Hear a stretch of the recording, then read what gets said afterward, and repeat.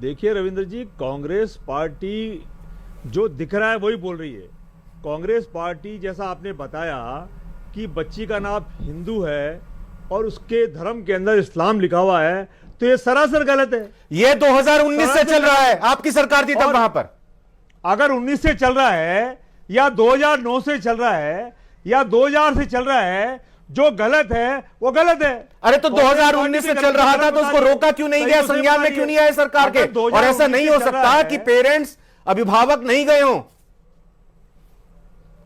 खुलकर सामने नहीं आ पा रहे हो।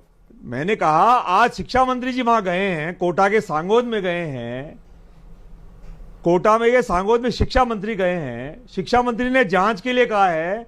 मैं खुद आपके चैनल पे शिक्षा मंत्री से, भारतीय जनता पार्टी की सरकार से मांग कर रहा हूं कि जांच कराएं, चाहे 2009 से वो आप कहें या ना कहें, जांच होगी, कार्रवाई होगी। ये निलंबित भी हो गए और निष्कासन से ऊपर तक की कार्रवाई की बात कही जा रही है। लेकिन सवाल ये, राजकुमार शर्मा जी, 2019 से अगर ये चल रहा था तो क्या तत्कालीन कांग्रेस सरकार की जवाबदेही नहीं बनती थी? उनकी नाकामी नहीं है कि इस तरह से हो रहा था? और दूसरी बात और मैं यहां पर कोट कर दूं, चर्चा तो कोटा के मसले पर कर रहे हैं, लेकिन जो भरतपुर में भी हुआ, वहां पर भी लंबे समय से चंडीगढ़ से कनेक्शन चल रहा था। पैसे दीजिए 10,000 रुपए दलाल को और लीजिए धर्म परिवर्तन कराइए।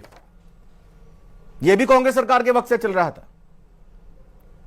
देखिए, चाहे सरकार कांग्रेस की हो जी, चाहे बीजेपी की हो या किसी अन्य दल की हो जी, आदमी स्वेच्छा से कोई अपना धर्म परिवर्तन करता है, हाँ, उस धर्म के जो नियम कायदे होते हैं उसके तहत करे जब तो कोई दिक्कत ही नहीं है। लेकिन कोई जबरन करा रहा है तो निश्चित तौर पे सरकार की जिम्मेदारी होती है, संबंधित विभाग की जिम्मेदारी होती है कि ऐसे करने वालों के खिलाफ सख्त से सख्त कानून के तहत कार्रवाई करे।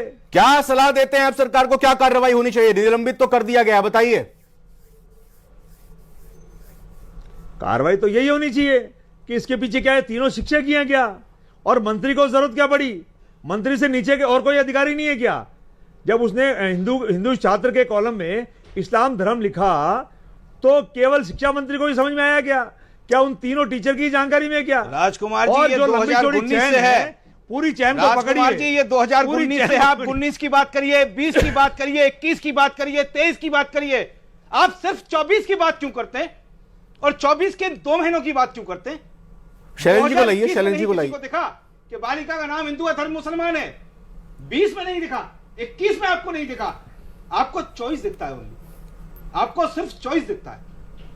ये एलिगेशन का क्रम छोड़िए आदरणीय मित्र, मैं एलिगेशन नहीं लगा, एलिगेशन का मैं तो कह रहा हूं 2000 चले जाओ, को महसूस करिए, 2000 चले जाओ, पूरी चैन छोड़ो। जहां भी कोई कमी पाई गई है, अगर वर्तमान सरकार के संज्ञान में आया है तो जो भी कानून सैयद अली असगर साहब नहीं चाहिए, लेकिन ऐसा पूरे माजरात के साथ मुझे